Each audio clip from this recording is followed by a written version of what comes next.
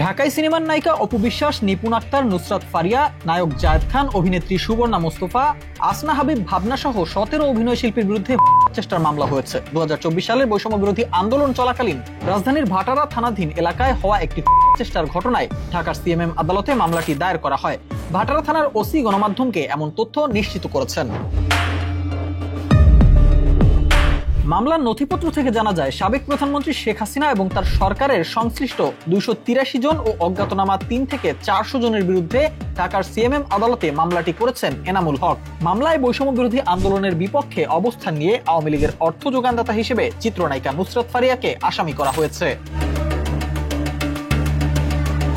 ফারিয়া ছাড়াও আসামি করা হয়েছে চিত্রনায়িকা অপু বিশ্বাস, অভিনেত্রী সুবর্ণা মোস্তফা, রোকেয়া প্রাচী, অভিনেত্রী আসনা হাবিব ভাবনা, সোহানা সাবা, মেহের আফরোজ শাওন, জ্যোতিকা জ্যোতি, চিত্রনায়ক সাইমন সাদিক, জায়েদ খান, আজিজুল হাকিম সহ 17 অভিনয় শিল্পীকে।